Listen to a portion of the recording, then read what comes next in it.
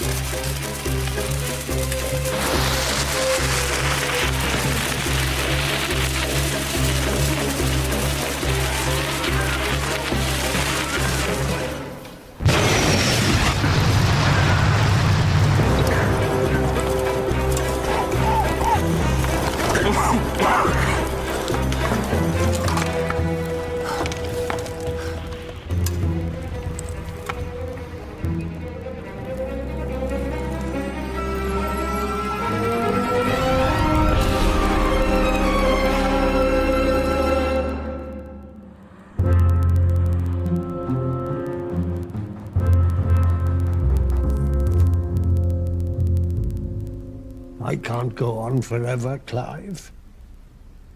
It'll be all you wanted. All you ever worked for.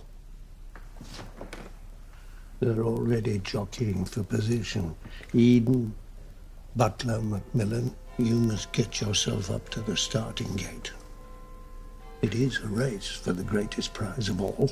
Follow you, sir. Yes, sir. I want to bet on a winner. There is no heavier burden and no greater reward than to be Prime Minister of this extraordinary nation of ours. Only time. Time?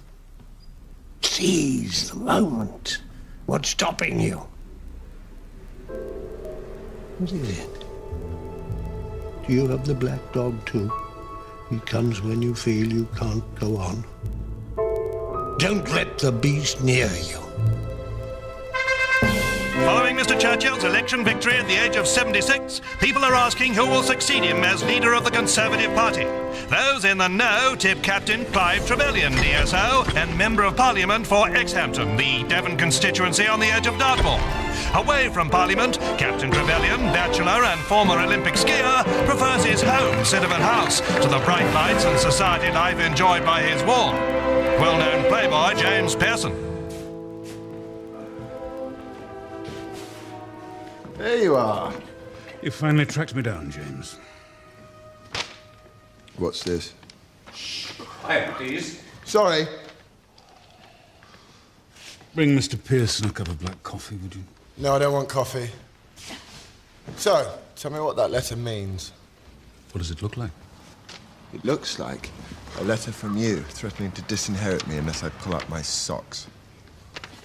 Having taken you in, orphaned as you were in such sad circumstances, you have repaid my investment in your upbringing by wasting every opportunity and displaying sheer ingratitude, etc., etc. I didn't write it. Gentlemen, good evening. Could you give a comment on your meeting with the Prime Minister? The Prime Minister and I were simply having a drink together in our club. And what were you discussing? Cricket. Do you see yourself as Captain of England, sir? Well bowled, but no wicket. That'll be all, gentlemen. Thank you. Paddington Station, please. Clive! Clive! Clive! Clive! Come on! Clive!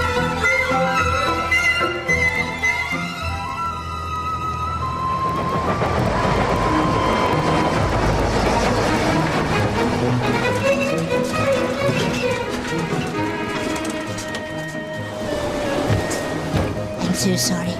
Have you seen a nephew looking for his aunt? Because we were supposed to meet under the station clock and he wasn't there. I think he may have got on the train without me, thinking I'd got on the train without him. It's Captain Trevelyan, isn't it? But my nephew's a neighbour of yours. Raymond West, the novelist. Really? Well, I'd never.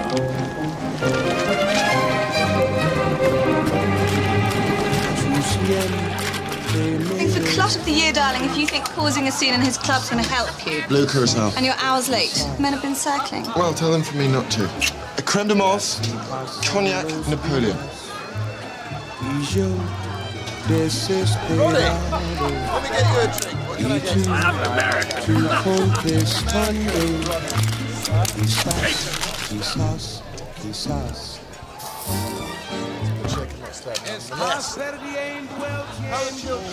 Thanks.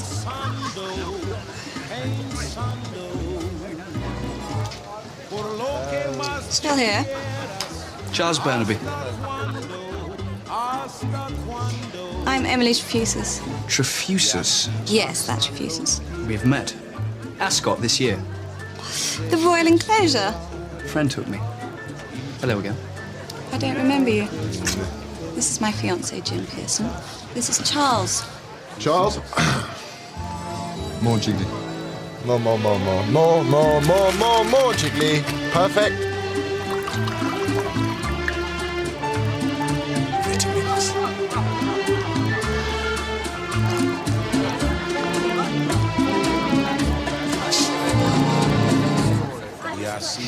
What's your name?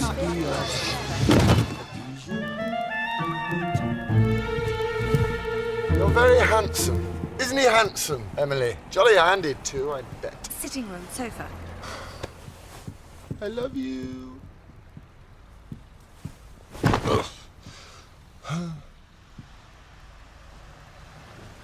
Done. Jim's right about you. You are awfully handy. Good night, Emily. Good night, Charles.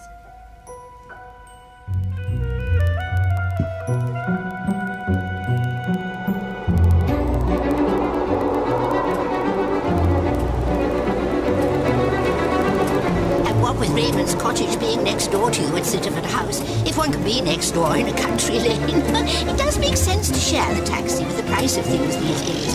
Oh, what a steep hill. Here we are. There's a key under a flower pot if he's not here.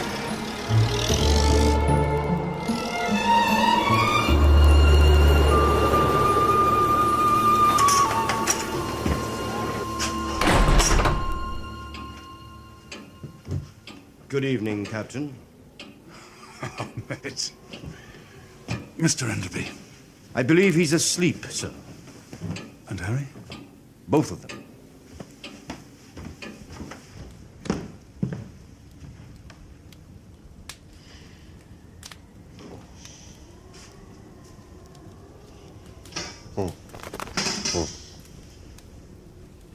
Oh. Must have dropped off. You must have. You're late. I dropped into the club. Ah, the papers are right then. What do you mean? You only go to the club if something's afoot. Discreet hugger-mugger about your prospects. How was your week? Well, all's quiet on the constituency front. Except the Scouts want to open their new hut. Fancy a nightcap, finish our game? Not tonight, John.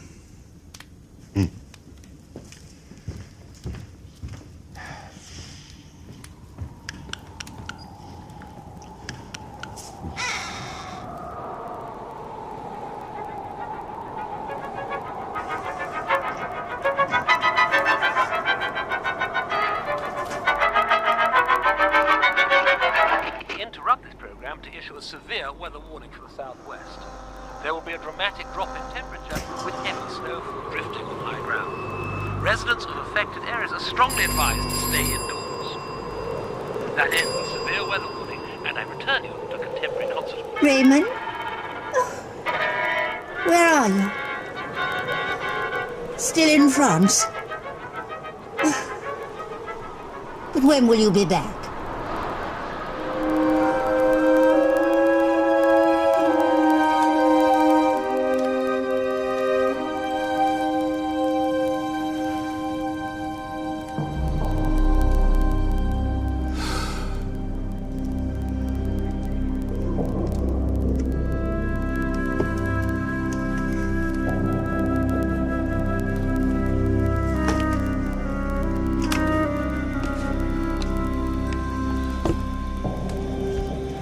Final chapter. Quotation. If you can keep your head while all around you are losing theirs.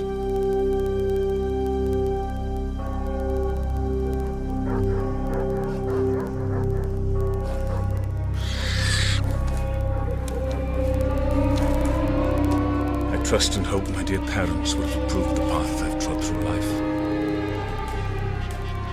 It's a wise father that knows his own child. My father always...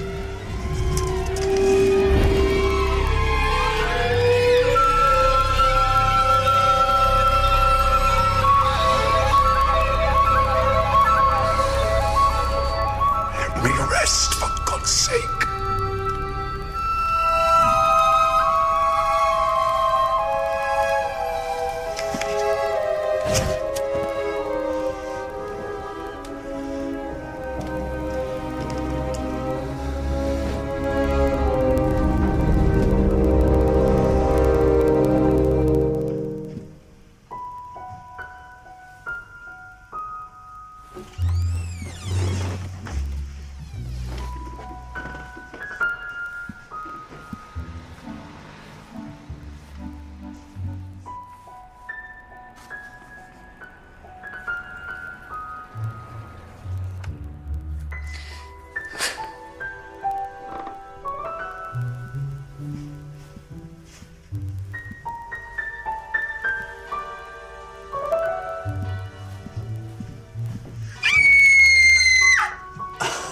Sorry.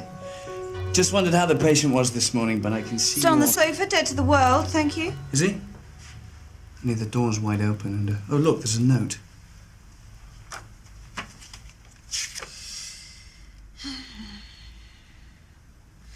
Idiot. What's he done? Did I say he was brought up by Clive Trevelyan? Was he really? Trevelyan was his guardian. Anyway, yesterday they had this awful row. And to make things worse, Jim's gone chasing after him. Where's he gone? Devon.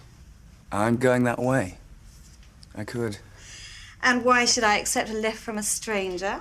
Because your Lagonda needs a new camshaft. You told me last night. Did I? What a chatterbox I am. What's your motor? A Mark II rust bucket. But it's outside now. It's got 4 wheels. And a working camshaft. Give me 25 minutes.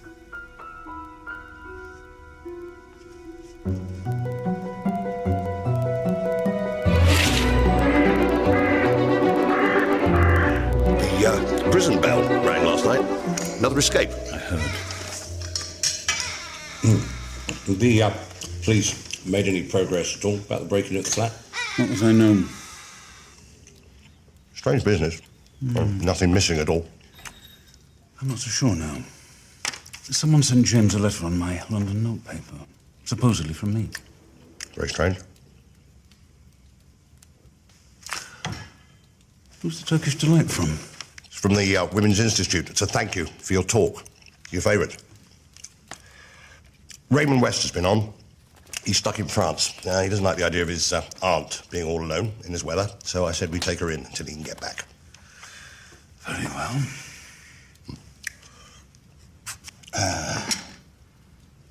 Prime Minister's personal secretary called about what you discussed at the club last night.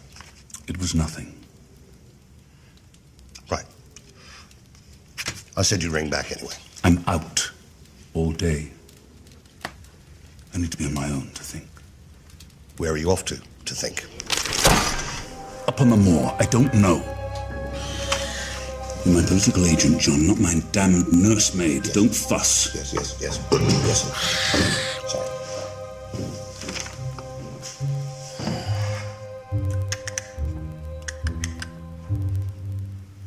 Catch anything this morning, Harry?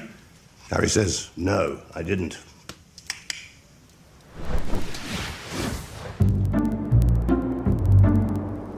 Well, that's the best I can do. I have to share a bathroom in the corridor? Yes, but we're the 3 Crowns ex-Hampton, sir, not the Savoy Hotel. Number 3, then, Mr. Zimmerman, and 8 for you, Dr. Burns.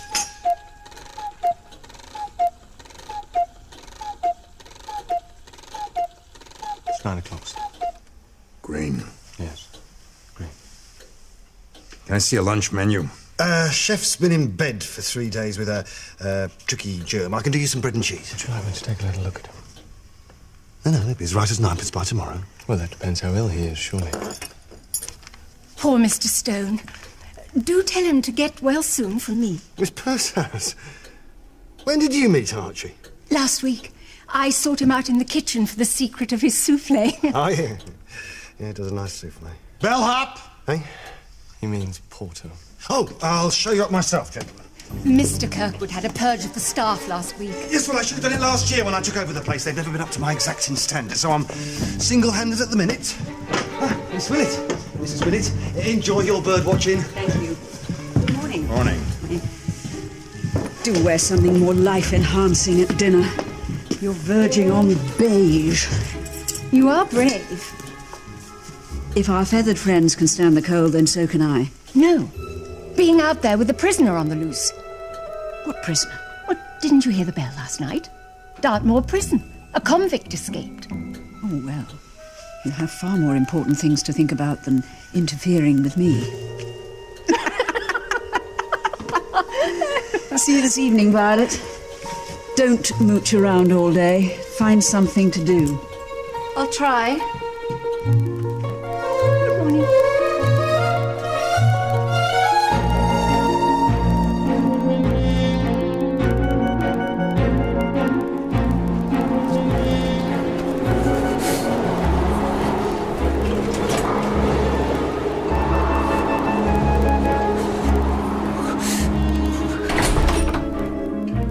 I shall inform Mr. Enderby you're here, madam. Thank you.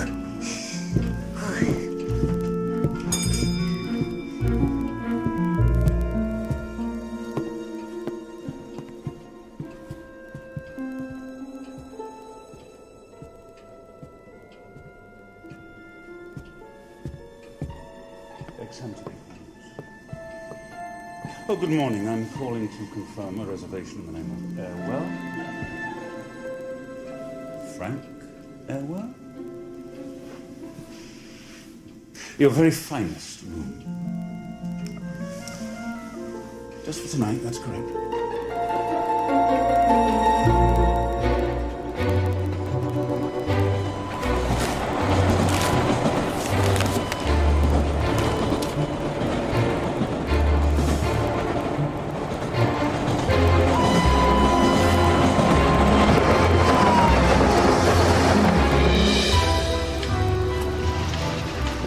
Who were Jim's parents?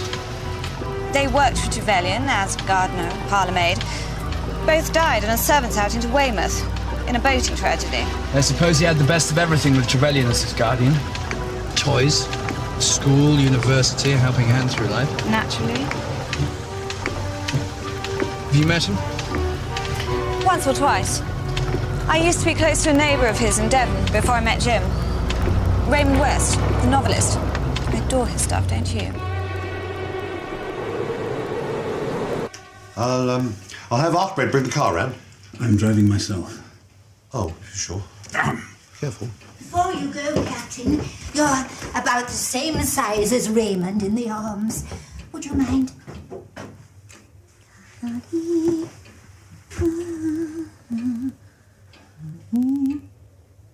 Bend your elbow. Thank you. Is that a Mrs. Herbert Stevens? Ask John, he's the gardener. Goodbye, Miss Marvel. Goodbye. Perhaps we'll have a chance to chat properly tomorrow. What shall I tell the PM's secretary if he calls again? Say, the situation will resolve itself. Soon.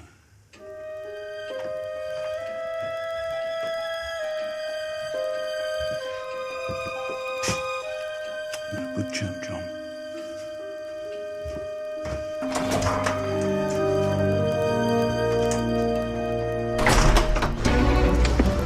What are you up to, Charles? You didn't meet me at Ascot. I've never been to the Royal Enclosure.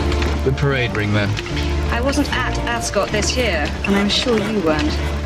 I want to meet Trevelyan and talk to him. For work.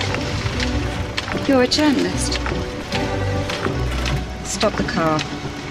I won't. I get stuck. I said, stop the car. God. Where did you get that from? My handbag. Daddy gave it to me for my 21st, you were saying? I'm after an interview with Trevelyan. Reptile. I hate journalists. Just hold on. I want to know the truth about Trevelyan. Well, you're not using me to do it. Why don't you like journalists? Is it because of Daddy's troubles? All that black market stuff in the war, and the insurance claim. Oh, and that extraordinary party he threw in Biarritz with the Windsors and the gendarme. You can't print that. Not in the Gazette, but I can take it to one of the sensational Sundays. I need to make a splash, Emily, one way or another. Drive on.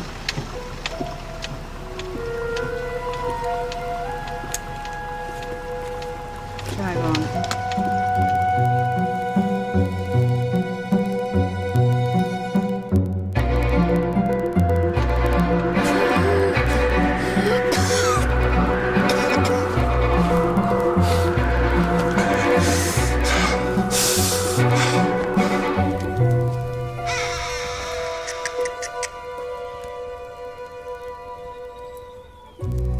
Doesn't bother you?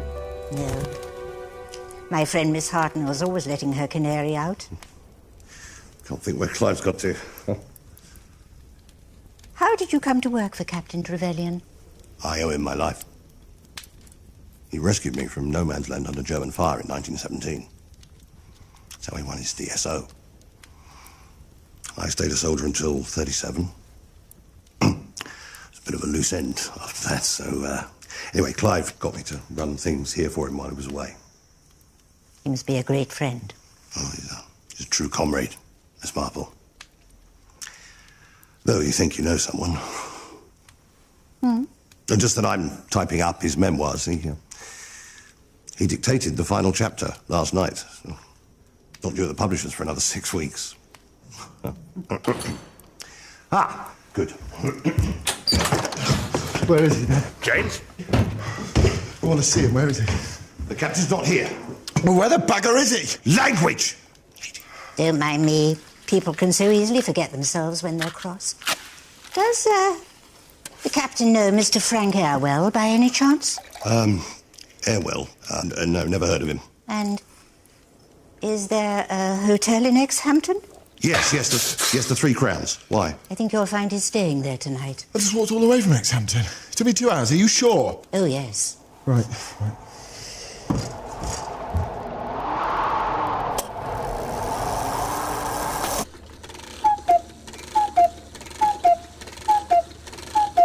Captain Trevelyan, if only you'd given me some warning, you could have had my very, very best room. Mr. Kirkwood? Yes, Captain. Frank Airwell is a figment of my imagination. Eh?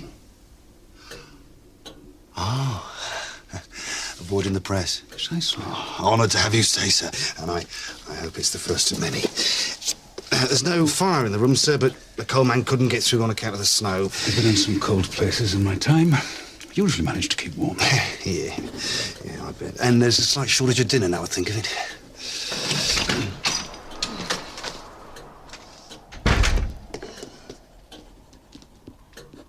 Clive! You fat me.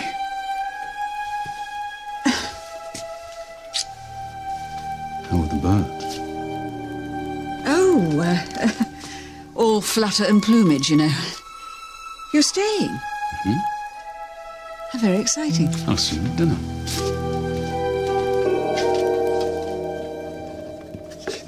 Number 1, then, Captain. I'll just get bags up.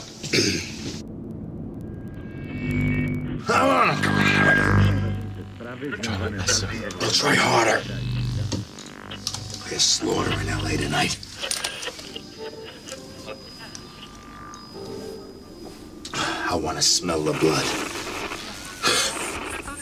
Now it's time for your favourite song. I'm gonna turn the other cheek tonight. We interrupt this program to issue a police warning. The convict who escaped from Dartmoor prison last night is now believed to be in the vicinity of Exhampton. He is described as dangerous and should not be approached under any circumstances. Would you just like to sign there, Mr. Smith. Smith. Jones, then. Oh, Jones. Smith Jones. With a hyphen. And no luggage, Mr. Smith-Jones.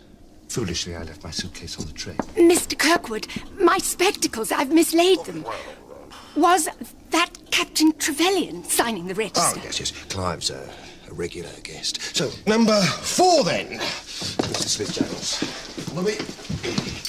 Trevelyan's here. Yes, but do you know him, sir? I've never heard of him.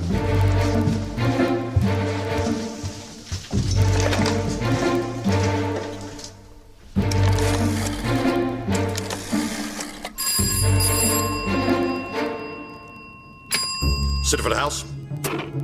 Hello. Hello.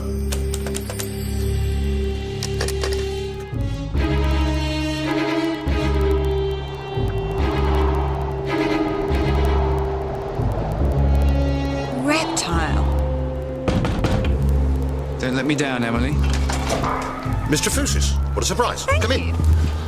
I'm looking for Jim. Is he here? He was. He went down to Exhampton to find the captain. Hell. I'm Charles Burnaby, Emily's cousin.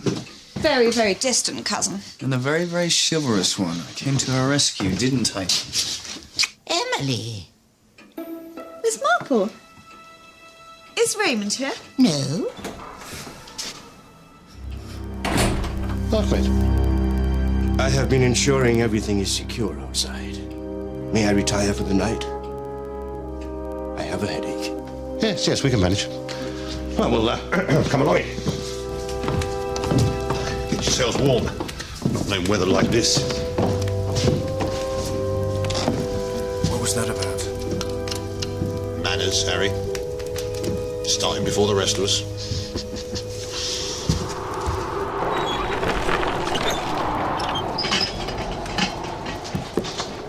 Oh, no more for me, Clive. Are you sure? Well, the merest soupçon. Oh, you're so persuasive. Miss Willett. No, she'll stick to water. Otherwise her face will flush, and that's not a pleasant sight, is it, Violet? Captain, honestly, what do you think of her new dress? I think it's delightful. If it wasn't for that brooch of mine that she borrowed without so much as a by your leave, I don't know what she'd look like.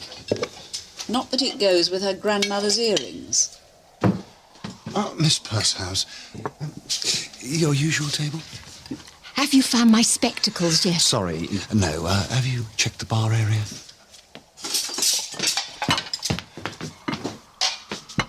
Mr. Kirkwood, would you set up a table after dinner for the Ouija board? Mother, no. Don't be so tiresome. Contacting the spirits on a night like tonight would be so exciting. Don't you think so, Captain?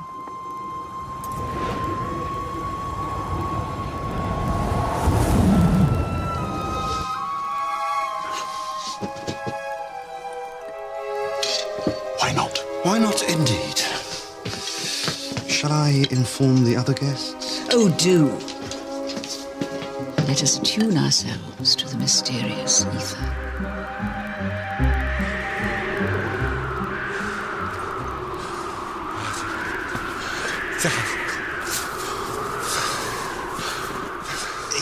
Mr. Zimmerman, sir, he says, would you join him for a drink? Excuse me. This won't take long.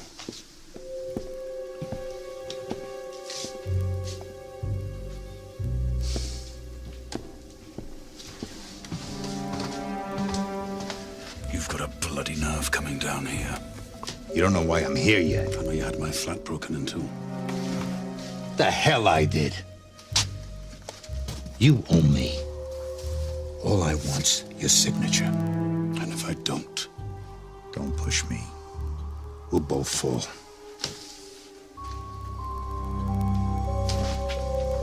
And what do you do, Mr. Burnaby?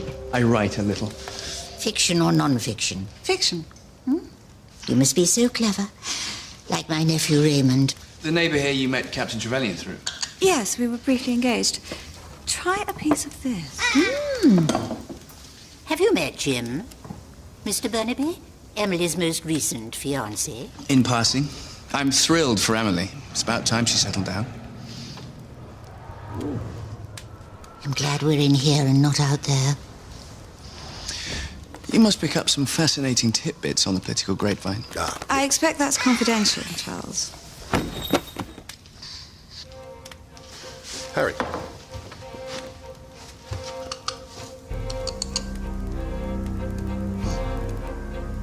Poor chap's dead. Don't eat that. this morning was meant for Clive.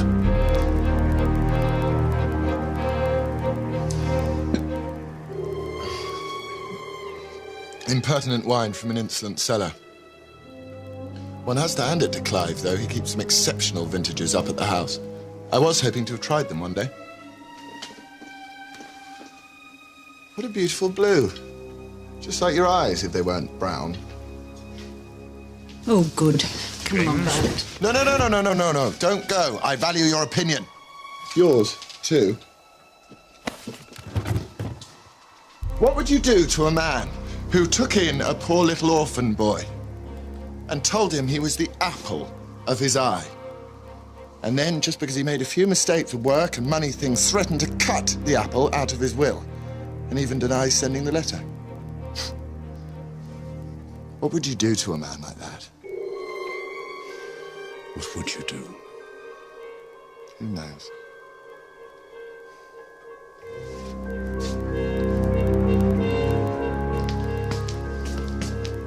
Who knows?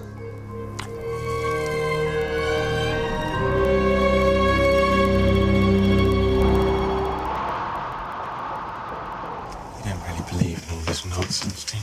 Hey, I knew a guy in Oakland once. He saw the ghost of his brother before he even died. Let us take our positions. Yes, Captain, why did you sit here?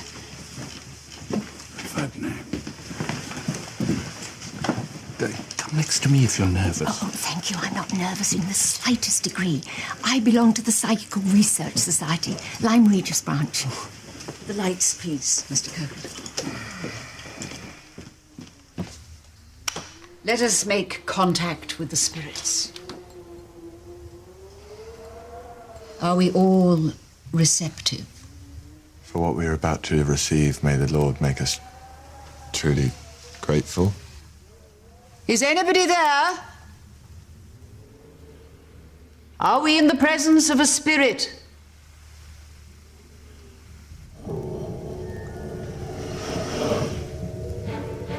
Yes. Do you have a message? Yes. Spirit, what is the message? Spirit, what is your message?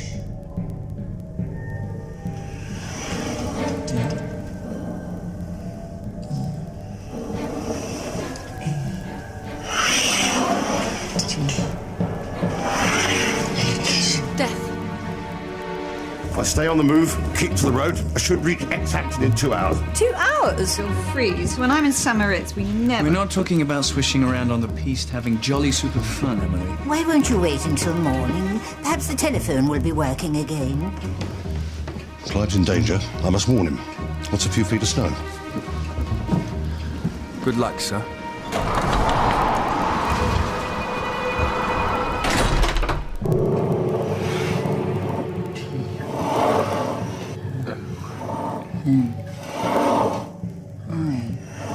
G-H. Tonight. Ask it who? Oh, God, no, please don't. You sure? I insist. Spirit, who will die? Speak. What was that? No, don't be so jumpy. Go and see. No, Captain, no, Captain, please. Captain, it's nothing. It's just these old houses. I'll go and take a look. Mrs. Willett, just be on the safe side. Everyone, please, we must not lose contact with the spirits. Well spoken. We are privileged guests in another world. Let us not abuse its hospitality.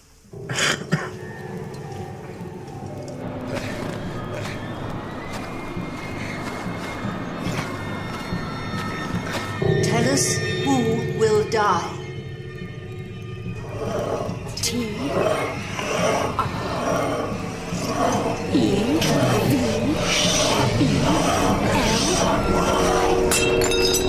It's me. Is everyone all right? Don't panic. It's just a power cut, that's all. Could you supply some sort of light, Mr. Kirkwood?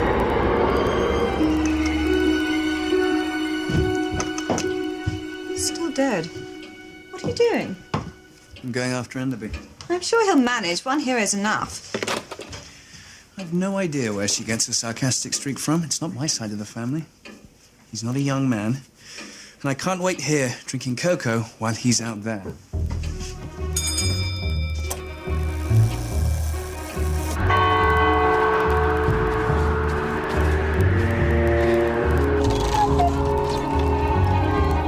So I turn right at the end of the lane for the Exhampton Road, do I? And straight on. He's had quite a start on you. I'm pretty fit. I'll catch him up. Be careful, Mr. Burnaby. Bring the cocoa, will you? It's how the Turkish Delight came.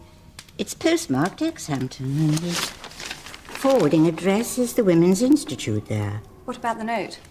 It's plain, unheaded. For his recent talk on women at Westminster. Who sent it? Perhaps whoever broke into the captain's flat in London. Certainly someone who knew it was his favourite. Was Raymond terribly upset when I broke off the engagement? After he introduced me to Jim? Yes. But as I pointed out, his novels are full of that sort of thing, and much worse. Do you often call Cousin Charles Mr. Burnaby? If you must know, I met him yesterday. Through Jim, sort of. He said he wanted to help. He's a journalist. And all he really wanted was to get close to Captain Trevelyan. How unscrupulous. But rather clever, don't you think? That too.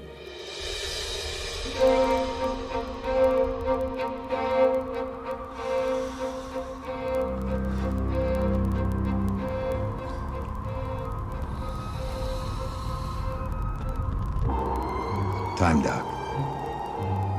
I have to do this.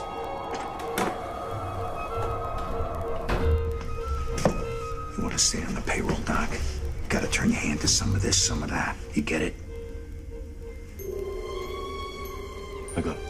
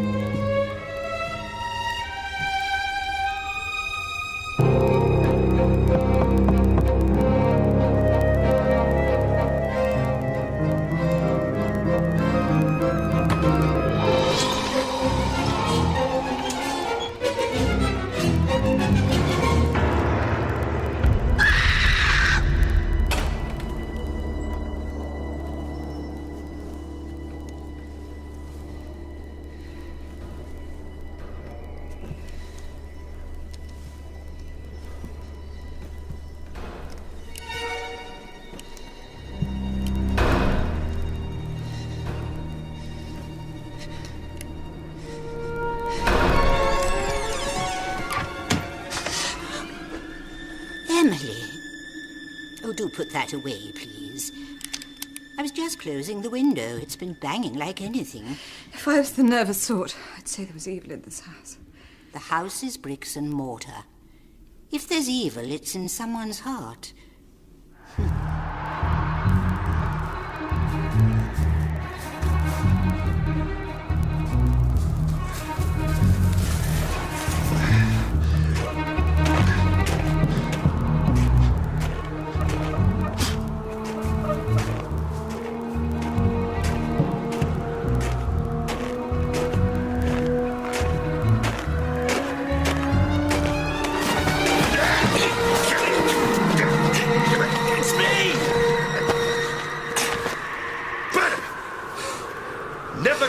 On an old soldier. I wasn't creeping. Damn it, man. I might have killed you.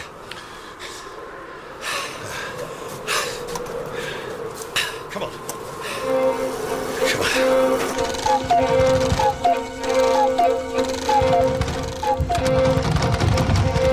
Yeah, all right. All right, I'm coming. Coming, I'm coming. Mr. Enderby. Where's the captain? Well, he's in bed, Mr. Enderby. Everyone is.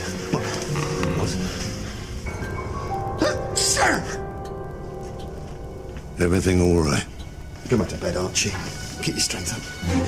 Chef, got a tricky germ for me.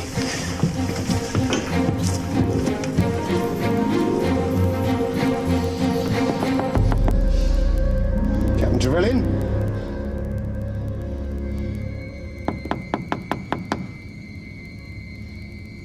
Captain Trevelyan?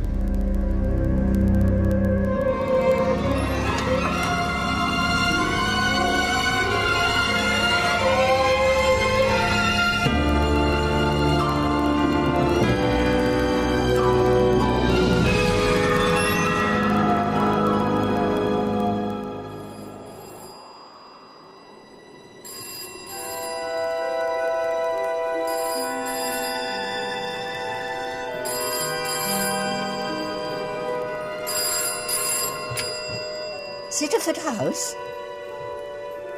Yes, Mr. Burnaby. Oh, no. The poor man. No, I see. Thank you. Mr. Enderby. Mr. Enderby. Constable Narracot's sister says he's stuck in Plymouth. His sergeant's away on honeymoon and all roads to Exhampton are blocked. There's just no police. Well, that won't do. I was a special constable during the war. Will you accept my authority, Kirkwood? Good man. Right. When the guests get up, give them breakfast as usual. Don't say what's happened. I must ask you to step out of earshot while I call Westminster and inform the powers that be of a national tragedy.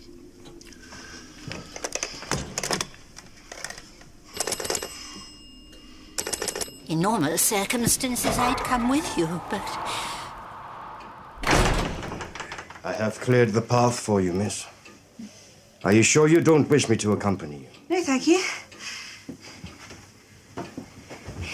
Did Charles mention Jim? I'm afraid not. Why did the captain not return last night?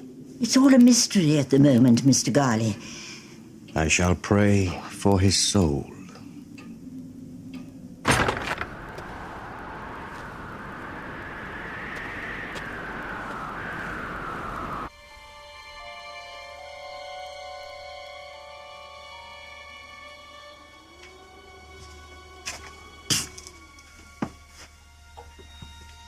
Look at this.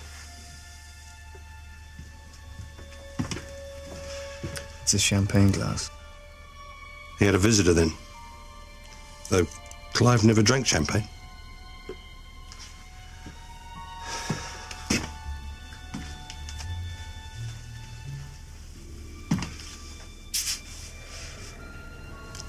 What's that? One of his Egyptian souvenirs. It's the scorpion he cherished most.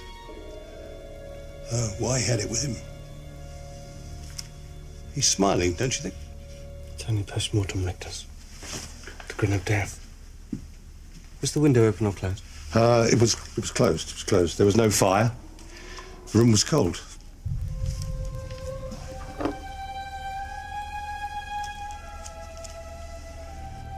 This is Pearson's. He departed this life no earlier than 11, no later than midnight. Shall we, shift him into the garage while the guests are having breakfast? We should pack snow around the body to prevent leakage.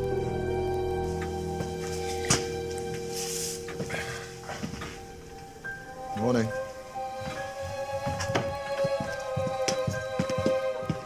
The cards were right.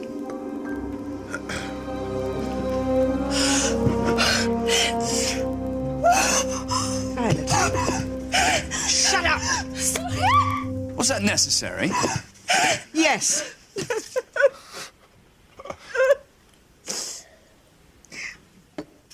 Poor man. It's such a loss to the nation. Let alone to those of us who were fortunate enough to bask personally in the warmth of his smile. Quite. This is yours, isn't it? Oh, yeah, so it is. Thanks. Where were you between 11 and midnight? Me? I was in my room. Alone? No, I was with a bottle of port. He He as good as told Clive he'd kill him at dinner. I wasn't serious. Anyone else witnessed this threat? I heard him. So did Dr. Burt. This is madness. Sit down. You've no authority here. I've assumed authority. Let me go. Have it your way, then.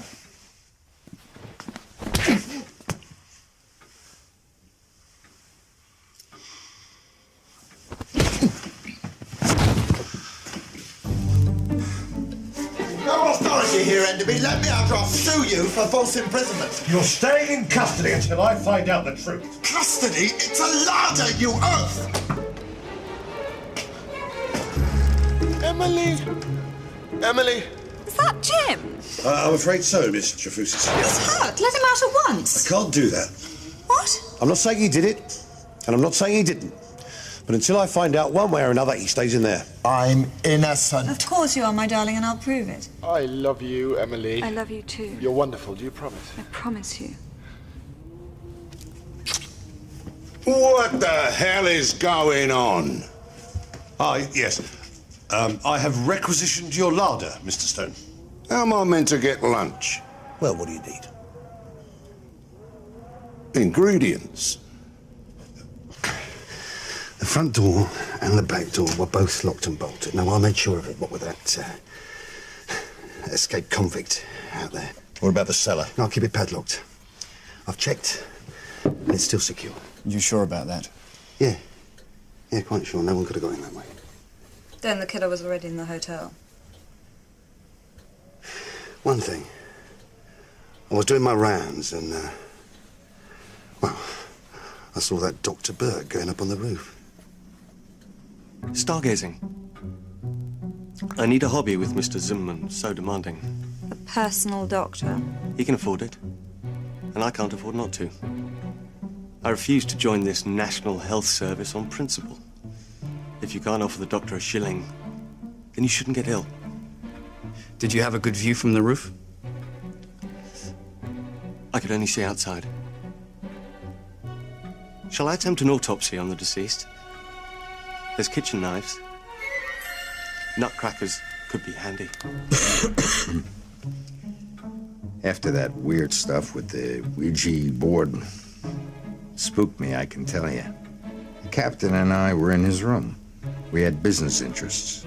Anglo-American Holdings. Heard of them? Well, I needed him to sign a document. Then we said goodnight, went to bed. Your room was on the same floor. Did you hear anything? Sure I did. A dame screaming somewhere. I certainly didn't hear a scream. Nowhere at all.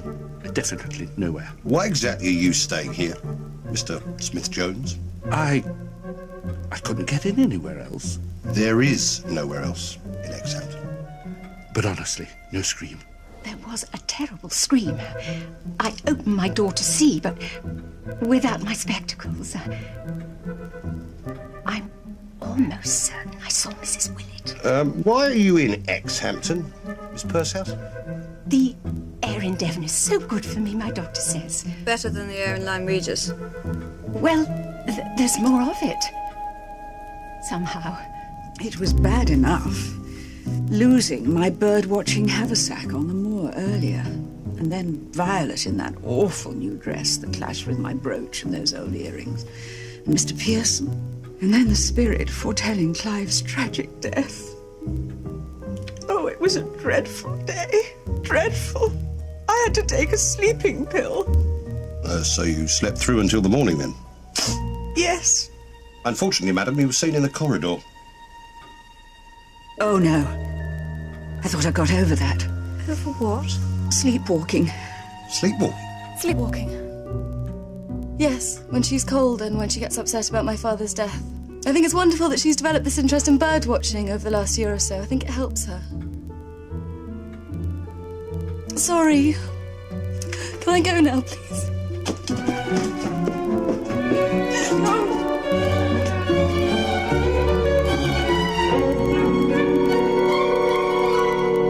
Champagne is most interesting. And 2 glasses.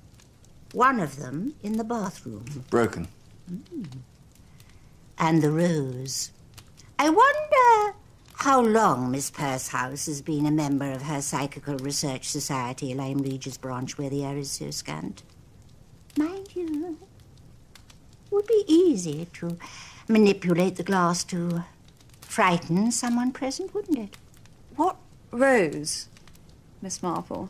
When Captain Trevelyan went out to do whatever he did all day before arriving at the Three Crowns, he'd cut himself to Mrs. Herbert Stevens. Damn. The variety is not important. Though I do so like those fully double winter repeaters, don't you? But I gathered it was unusual for him to wear a buttonhole. He wanted to look his best. And champagne for two. Perhaps a woman is involved. A woman? Trevelyan? People are full of surprises, Mr. Burnaby, don't you agree? Well, he is a slippery customer. I wouldn't put anything past him. Cigarette, Charles? No, thanks, I don't. Did, Captain Trevelyan actually tell Mr. Pearson he had cut him out of his will? He hinted at it. Well, hinted that he might. Oh. He doesn't seem to have done. This is his will. It is Mr. Pearson who inherits the vast bulk of the estate. Who else benefits? Only Mr. Enderby, a small bequest. £200 and the captain's war medal. What? Nothing. For the moment. When Captain Trevelyan took leave of his oldest friend yesterday, it was somehow final. As if he knew he would never see Mr. Enderby again. He had booked his room in the name of Frank Airwell. I don't see... F. Airwell. Farewell. Yes. It's as if he knew he was going to die. Just as the cards had predicted. Possibly. I found these airline tickets in Captain Trevelyan's things. He was planning to leave the country today. For Buenos Aires. Buenos Aires? He had 2 seats booked. One in his own name. And one for Mrs. Trevelyan. Mrs. Trevelyan? We believe that yesterday he married. And today he would have gone on honeymoon with his new bride, who was with him last night in his room. Yes? I find it so hard to believe. Hard? Is it hard to believe that 2 ships adrift in an ocean of loneliness could rope themselves together and steer a true course to the island of dreams, guided by the twinkling stars and smiled upon by heaven? Yes, Violet, you were going to have a daddy again. And now, twice widowed, my last chance of happiness gone forever.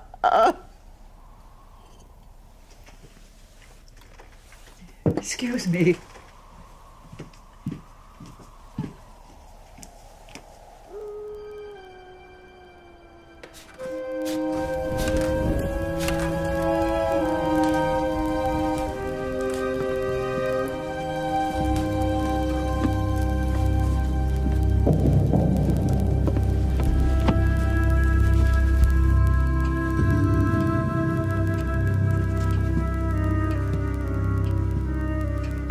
Thank you, Ahmed, for reaching those down for me. Ooh, and a fire. You think of everything almost before one asks. Thank you, madam.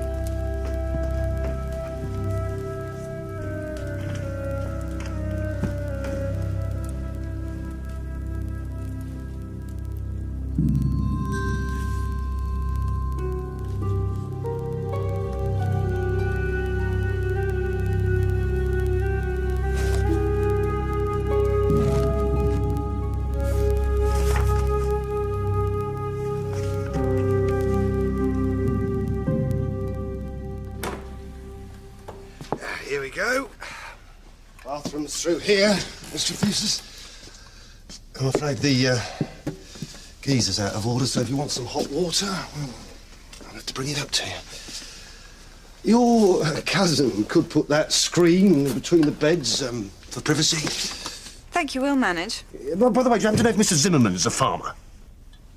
No, it's just that last night I heard him talking to that doctor about rams. Rams? No idea. Thanks for the clean shirt. Yeah, that's what I mentioned. That's horrid.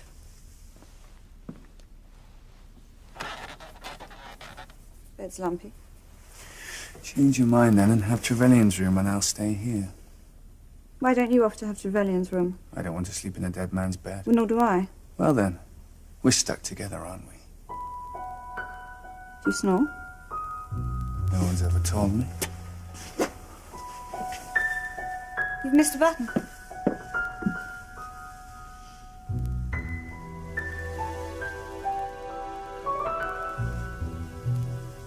Have I?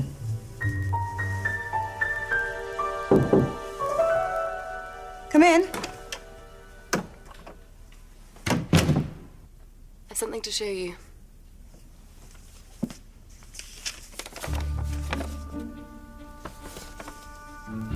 It's a marriage certificate. I'm Mrs. Clive Trevelyan.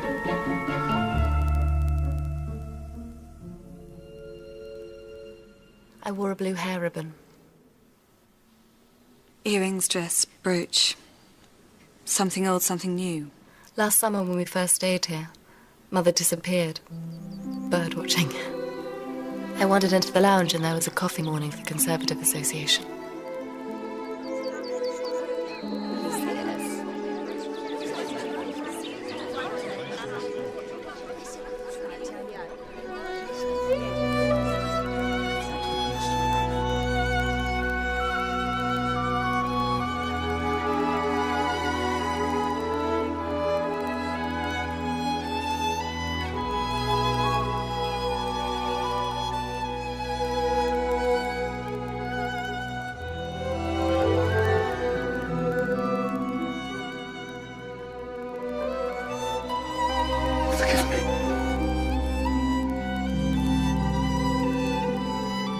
What's your name? Violet.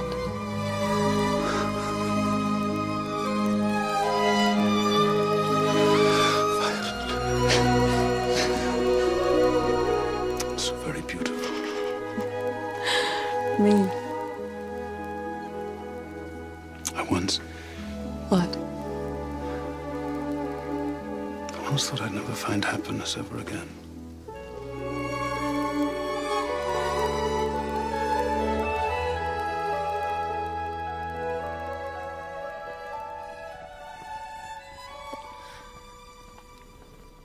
He invited my mother and me to tea at Sittaford House. I only went once. I felt a presence. Presence? Clive laughed it off. But there was something. Why didn't you tell your mother? You've met her. We used to see each other at his London flat. Last month he proposed, and yesterday we went to ex-registry office and were married. The Argentine's a long way for a honeymoon. I didn't know. When he said to bring my passport, I thought France, perhaps. What happened last night? I went to him.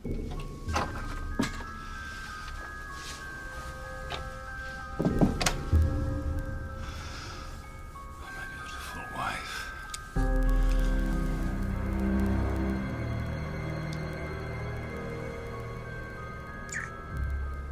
I was getting ready, and I heard someone come into the bedroom. Did you hear who it was? No. Just murmuring, and I heard a cough. Smelled a cigarette.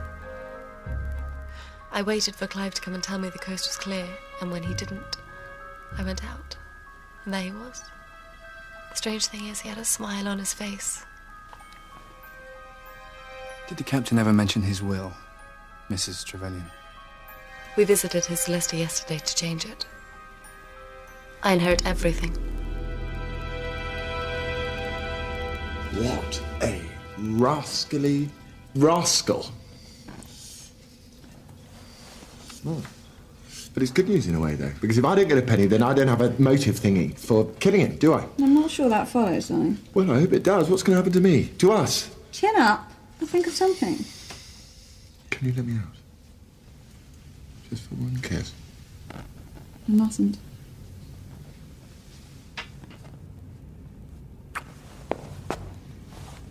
Sorry to disturb you, but have you seen the chef? Why? I want to make a complaint. About his custard. Do you understand women? No. Thought I understood men, but apparently not. What's your considered view of Elizabeth? Miss Pursehouse? I invited her to a concert next week, but she said no. Eldar? Well, he's jolly good. No, wasn't that. She just doesn't seem to want to know me. What do you think I should do? I think you should start by telling me what you're doing here. Doesn't matter anymore.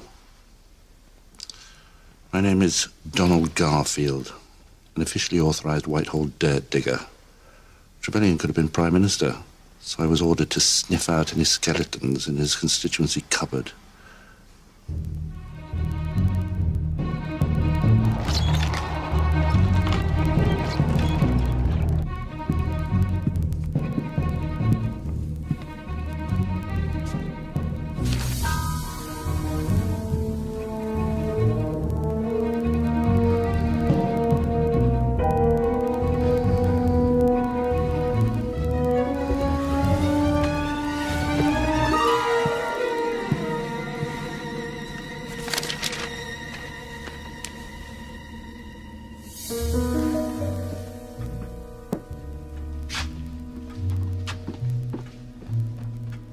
Need both of you.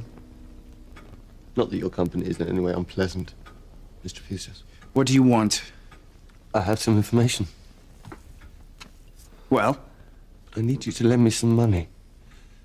On a permanent basis. If you've information, Doctor, then I think... It's a pound between friends, eh? I hope it's worth it. I always give good value. I wasn't stargazing last night on the roof. What were you doing? Getting news of slaughter in Los Angeles. Rams drawing blood. The balmy blue skies here in sunny Los Angeles, where the Rams have got the Yanks in big trouble. And Norman Rodman storms in down the line. But this fantastic winner run. Winner run as he passes. He looks for Crazy it. Legs Hirsch. He sees me. It's Crazy Legs Hirsch. That's right. It's going deep. Going deep.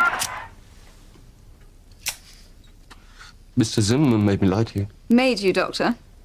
If indeed you are a doctor. I'm his creature. And no, I'm not quite a doctor anymore. I was struck off the medical register for professional misconduct. What sort? Lee said soonest mended, I find. But now I have to turn a penny from every available source, you understand? Was it drugs? I've forgotten. Those capsules you give him, what are they? A shilling a dozen to me and a shilling each to him. Coloured water. Keeps the stupid yank happy and it pays my rent. But it's never quite enough for extras. Wait, Mr. Enderby.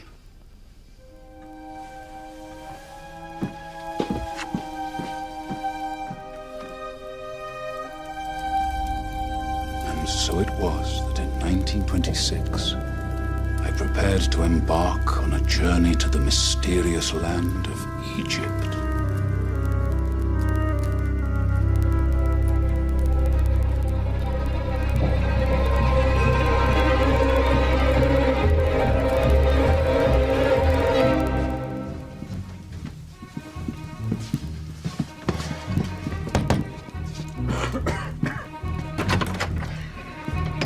What the hell's this?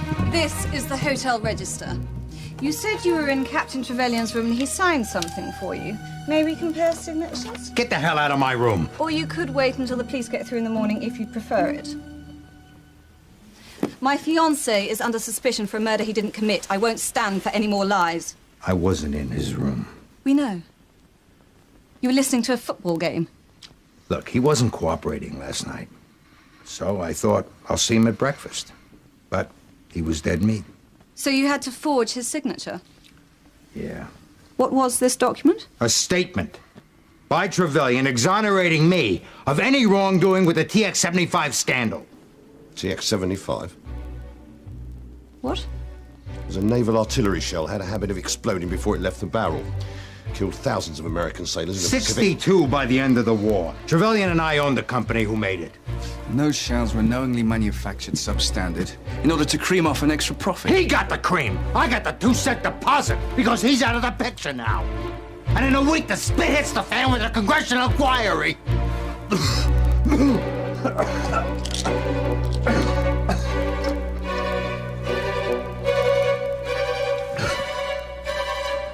Buenos Aires is a wonderful honeymoon spot. No extradition treaty. Enderby! Enderby, dear boy, come here! Don't! You're very noisy today. What do you want? Please, tell Mr. Enderby that I would like to confess, please. In your own words. That moved the glass that spelled out death to Trevelyan. I'm not interested in your mumbo-jumbo parlour game nonsense. I want to know who killed Clive. Well, not me. I didn't inherit anything, do I? I can tell you something, though. Last night, I overheard Archie Stone, the chef, and Kirkwood. They must have forgotten that I was in solitary confinement with nothing to drink save for a bottle of cooking sherry. Anyway, the chef is planning to scarper after dinner, so if you're looking for the killer, then I'd say he's your man. It's true, Emily. You wouldn't know the truth if it hit you in the face. You repaid Clive's kindness with an utter lack of responsibility. And if you think you can lie your way out of this one, you've got another thing coming.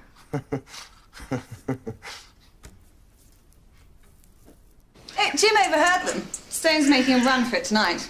Charlie doesn't believe him, of course. I didn't say that. Do you, Emily? What a silly question. Of course I do. You must be exhausted, the pair of you. I'm freezing. I'll heat some soup. Oh, I'm going to go and change. That place is dreadfully dirty.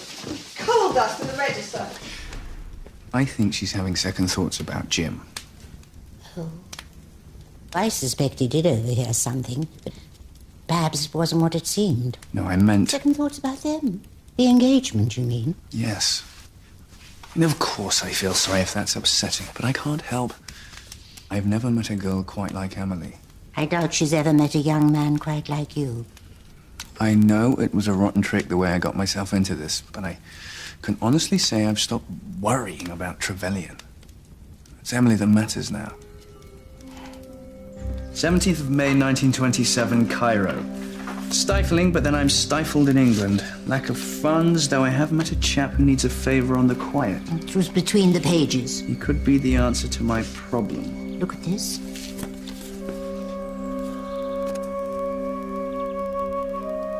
It's the same place. It's a woman, isn't it, next to him? I wonder who she is and what she meant to Trevelyan. British afternoon tea. Great tradition. Feels just like the war, doesn't it, Elizabeth? But less fun. Does anyone know if that convict's been recaptured? I think we're safe. One look at this joint, he begged to be back in his cozy little cell. Thankfully, the tenacious Mr. Enderby is on the killer's trail. I overheard him talking to a Miss Marbles at Sittaford House. And it's all to do with Egypt and a scorpion's curse. Egypt? What scorpion?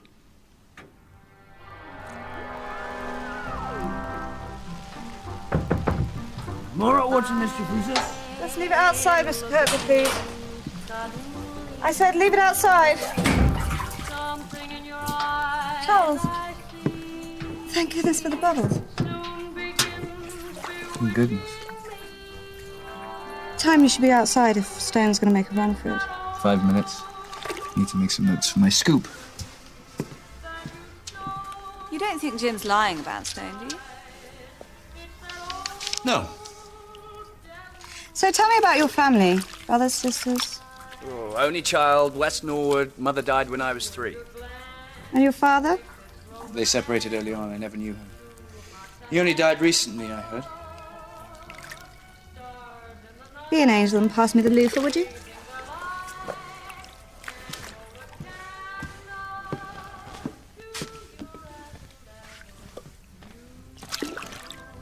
Who brought you up? Nuns. Strict? They had the devil in them, In West Norwood. so to speak. But I stood up for myself. It was they who said that we should confront the devil. So I did. Gave them hell. You need hot. Leave it, I'll do it.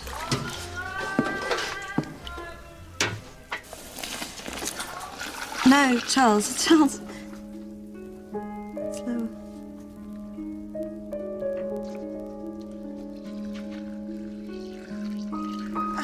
Like that?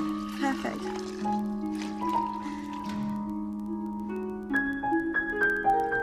Now go.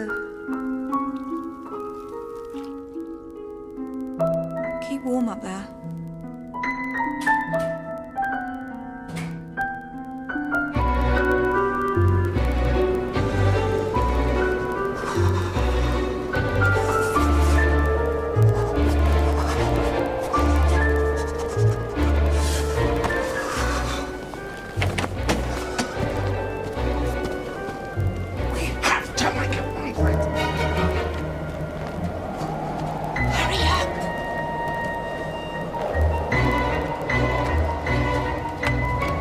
Drive like the wind, darling. The murder squad will be here by morning.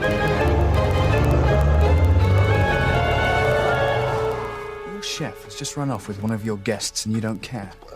Beyond caring. Mr. Fuster says, can you meet her in room 1, Captain Trevelyan? Oh, and have you seen the doc? Just Mr. Zimmerman can't find him. It's a sacred gold scorpion of the Zekans, pre-dynastic pharaohs. 3 years ago, a hitherto unknown Zekan tomb was excavated close to where Captain Trevelyan was stationed in 1927, but it had been looted of all its treasures, including the scorpion. Your friend was an ambitious young man, and he would have needed money to establish himself in the political world. A great deal of it. Do I shock you?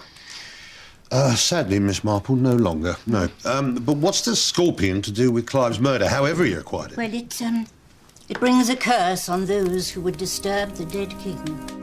You don't believe that? No, hardly, Mr. Enderby. Perhaps the killer hoped we would. Of course, Mr. Ghali is the person to ask about Egypt. Ahmed Ghali and his accomplice.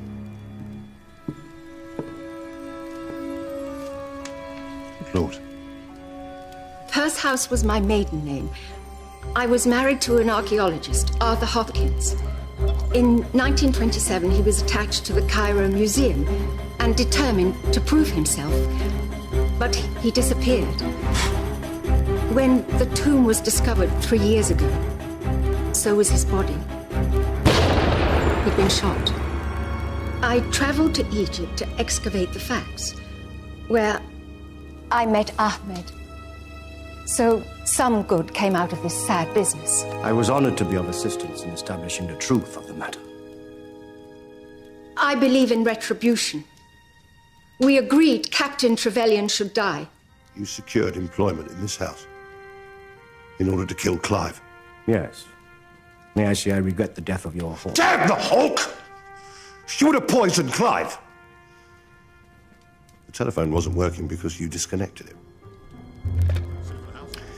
To prevent help being called if Clive had eaten the Turkish delight as you'd intended, and then you reconnected it in the morning.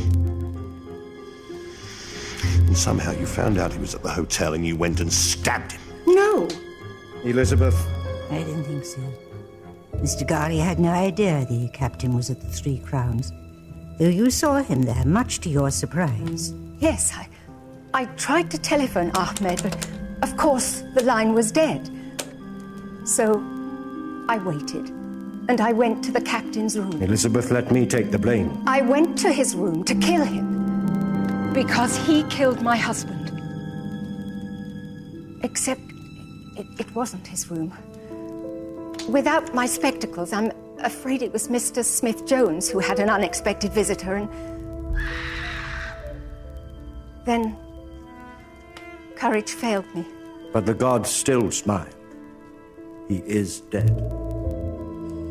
How did you know it was the captain who killed your husband? Arthur's final letter said he'd discovered the location of a Zekin tomb, but needed help to prove it. And he'd found the very man. The museum still had some of his things. This amongst them. Arthur and Trevelyan. Who's the woman? Arthur's sister, Violet. Violet? She was so upset, and considering her condition. Her condition? Yes, she was pregnant.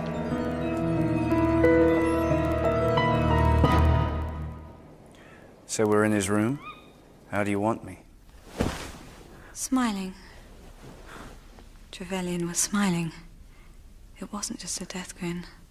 Violet saw him right after he'd been killed. Something made him smile. Can I stop now? My face is killing me. Plumbing in this place. I hate dripping taps. You're so very beautiful.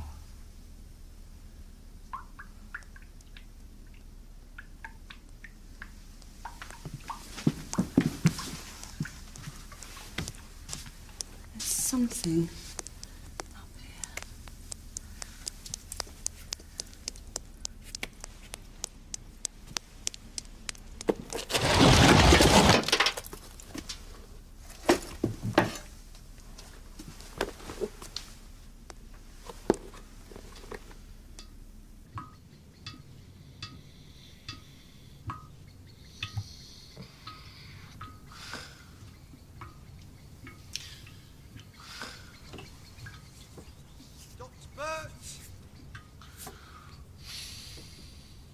Dr. Burns! Doc! Doc, where are you? Doc! Dr. Burns? Doc! Burns! Doc, where are you? Doc! Please! Doc, you evil son of a... No! I only wish they could hang you twice over. No! Doc, no! No, no, no, no, no, no, no, no, no, no, no! No! No! No!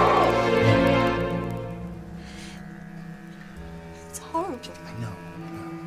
Look, Bert must have seen Jim going into Trevelyan's room to kill him. Then last night he went down to the kitchen to blackmail him over it. I suppose with the drink and a handy weapon. Well, I always knew that Jim's temper would somehow... I'm innocent. Darling, get your filthy ruler out of me. I'm innocent. Darling, do something. Now! Emily! What am I going to do now? Can you trust a reptile? Yes. Then you'll be fine. Mr. Kirkwood, my mother's not in her room and her things are gone.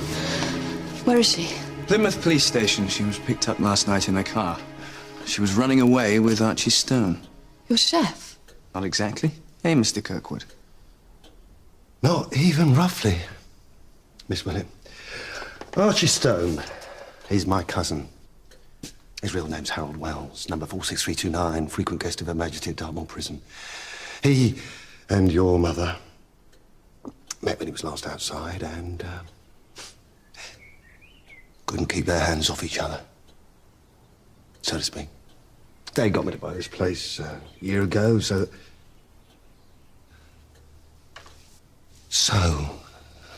that their hearts could beat as one again.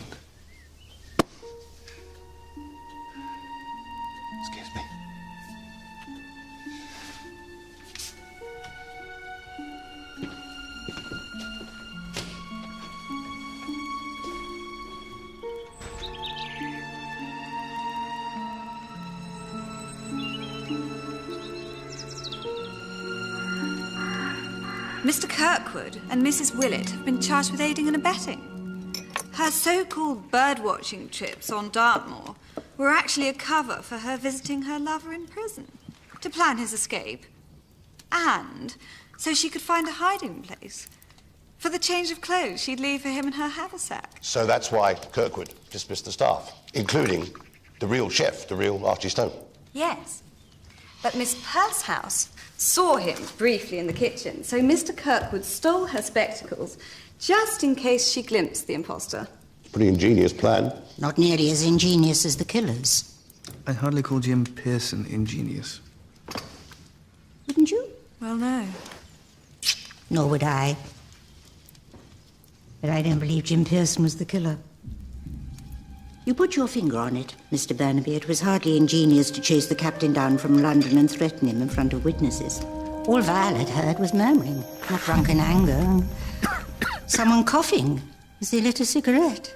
Jim's lighter was there, of course, but I think it was stolen to implicate him. But all the lights went out after the Ouija card. Someone could have taken it from him then. Do you think so? Those boots up the chimney. Emily and I have been racking our brains over those, haven't we, darling? Are they important? I believe so. How? I'll come to that. He was such a centre of attention that night. Captain Trevelyan, wasn't he? Zimmerman desperate for his signature. Violet Willett about to spend her wedding night with him, her mother hanging on every word. Mr. Smith Jones Garfield snooping. Jim terrified he was going to be disinherited. Miss Pursehouse nursing vengeance in her bosom. Not to mention your concern, Mr. Enderby, at the attempted poisoning of your dearest comrade. If Jim was innocent, then I'm terribly sorry, Miss Marple. I'm hopelessly confused. Aren't you, darling? Pretty much so, yes. So did the Scorpion, Egypt, have anything to do with why he was killed or not? It had everything to do with it, as I learned last night from Miss Pursehouse. It was in Egypt that Captain Trevelyan chose a course of action that will result in his death 25 years later. But it wasn't the murder of Arthur Hopkins. In a way, it was. Hopkins had a sister. Her name was Violet also. And I believe Violet Willett reminded the captain so very strongly of Violet Hopkins that he believed he'd been granted a second chance of happiness. A second chance? What happened to Violet Hopkins? Having killed her brother, the captain chose to abandon her and return to England, knowing she was pregnant with his child. Her family disowned her and threw her out on the streets. She died 3 years later, worn out by sickness and poverty in the squalor. The Cairo slum. What happened to the child? The child grew up intelligent and resourceful, Emily. Most ingenious. But he carried inside him a deep hatred of his father and a burning desire for justice. He? That's why he came to Sittaford House. It was you, Charles. It was you who broke into Clive's flat and took a sheet of his notepaper to forge that letter to James. Not only did you plan to kill your own father, but you were determined to implicate James, who'd been handed your birthright. How frustrating for you to find the captain wasn't here when you arrived. If it hadn't been for the attempted poisoning and Mr. Enderby setting off through the snow to Exhampton. No, but it took 2 hours to get to Exhampton. We arrived together at about midnight. The captain had only been dead for, no longer than an hour. You would have noticed the skis when you settled in your room here. Skis? It might take 2 hours on foot and in the snow to Exhampton, but with skis it's downhill all the way. Those boots were ski boots. Before you so bravely decided to accompany Mr. Enderby, you threw what you needed out of the window, but neglected to close it in your haste, which later gave Emily and me a rather disturbed night. I'm pretty fit. I'll catch him up. Of course you would. After you'd killed the captain. I am right, aren't I? You retrieved the skis and the boots, and once you'd put them on at the top of the hill, you were ready for murder. Must have been beautiful. All bloodless lay the untrodden snow. Until you sped down to Exhampton, luck was with you when you reached the 3 Crowns, except Mr. Burt saw you arrive and would later try to blackmail you. The cellar was unlocked. Mr. Kirkwood had left it open for Harold Wells to get in while everyone was at the Ouija session which Mrs. Willett had so enthusiastically arranged. You got in that way, then up to reception. Identified which room was the captain's, smudging the hotel register with coal dust from the cellar in your haste, and went to murder him.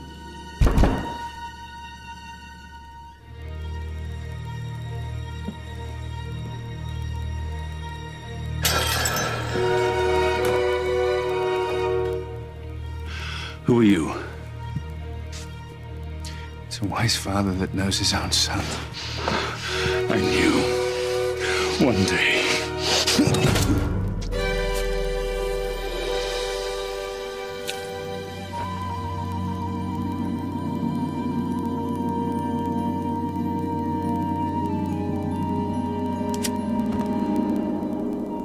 You lit a cigarette. Not a smoker yourself, you couldn't help coughing with Jim's lighter, which you must have taken from him in London, and placed the scorpion as a finishing touch. Then you remembered the ski boots, your shoes. You circled back behind Mr. Enderby as if you'd just caught him up, and then arrived with him at the hotel to discover a murder you couldn't possibly have committed. Last night, Mr. Burt tried to blackmail you. You agreed to pay him and suggested meeting in the kitchen. When he kept the rendezvous, you killed him. In cold blood, so Jim Pearson could be blamed for a second murder.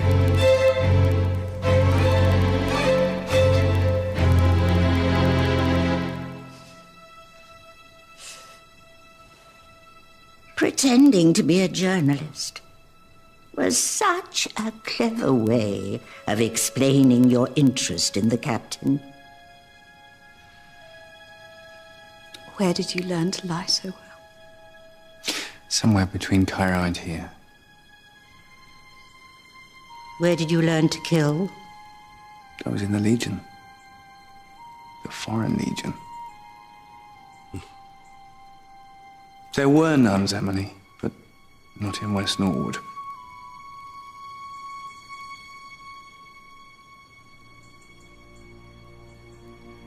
My father was the devil. I had to confront him.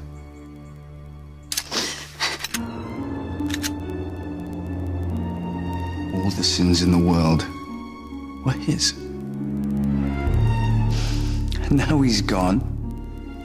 And we can live again. You understand? I hope you hang. Come on. Buck up.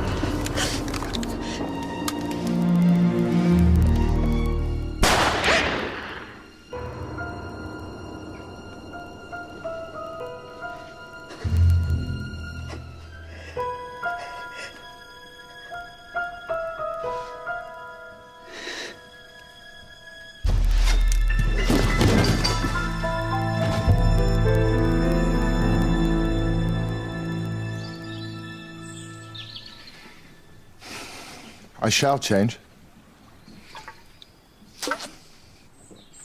And become a forgiving sort of chap. And I'm 100% prepared to forgive you for ever thinking that I could become a killer. And I'm more than happy to take you up the aisle. Jim, I've made other plans. We both have, and they don't involve men, sadly. Ready? I'll send you a postcard from Buenos Aires.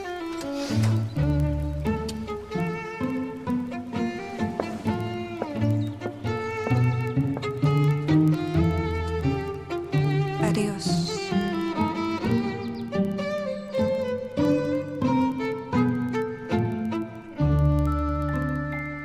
wasn't evil. Not like Charles Burnaby. Charles was never loved, except by his mother. So briefly. Captain Trevelyan was adored. Violet Hopkins, Violet Willett. And his friends? Do you think he loved them? I'm sure of it.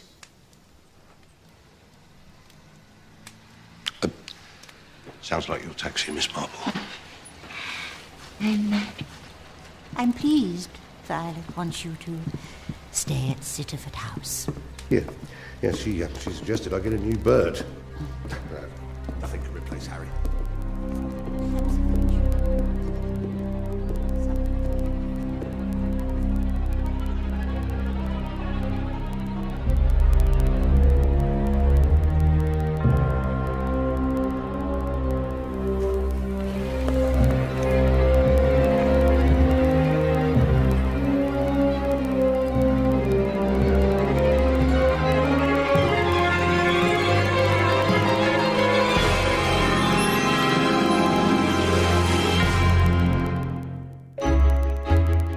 Brand new spine-tingling drama next Sunday, starring Sarah Parish, Paul McGann and Mark Benton. A school reunion leads to passion, intrigue and murder. If I Had You, next Sunday at 9. Well, back to tonight and after the news. Next, the Bible and the Magna Carta. Just 2 of the 12 books that changed the world. That's at 11:10.